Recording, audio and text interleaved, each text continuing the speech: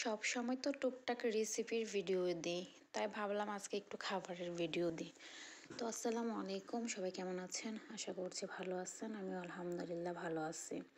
তো যারা আমার ভিডিও পছন্দ করেন তারা অবশ্যই একটু লাইক কমেন্ট শেয়ার করে পাশে থাকবেন, আর যারা এখনও পেজটা ফলো করেন নাই তারা অবশ্যই ফলো করে দিবেন।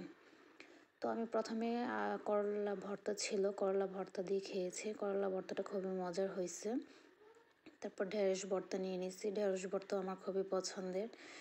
তারপর এখানে সাজনা পাতা নিয়ে নিলাম, সাজনা পাতা ভাজি। সাজনা পাতার বড়াটাও অনেক মজার হয়ে থাকে, তো যে যেভাবে করে আর কি।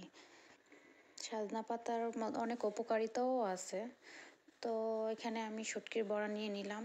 এটা আসলে শীতল শুটকির বড়া না, এটা হয়েছে ইলিশ শুটকির বড়া ছিল।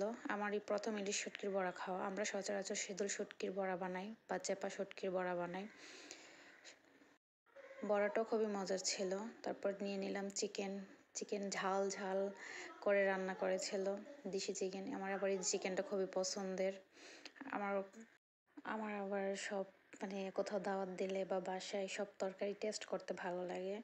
এই জন্য সবগুলো অল্প অল্প করে টেস্ট করে নিচ্ছি, আর একটু একটু করে ভিডিও করে নিচ্ছি আপনাদের জন্য, আপনাদের সাথে শেয়ার করব বলে। কারণ এখন তো মোটামুটি সব কিছু শেয়ার করি। তারপর এখানে গরুর গোশত নিয়ে নিলাম। গরুর গোশত থেকে আলুটা বেশি মজা লাগে আমার। তারপরে এখানে আমি গোশত নিলাম যেহেতু ভিডিও বানাচ্ছি।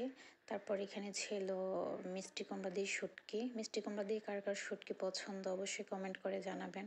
মিষ্টি কুমড়া দিয়ে শুটকির তরকারি, তারপরে চটাপিঠা, এটা খুবই ভালো লাগে।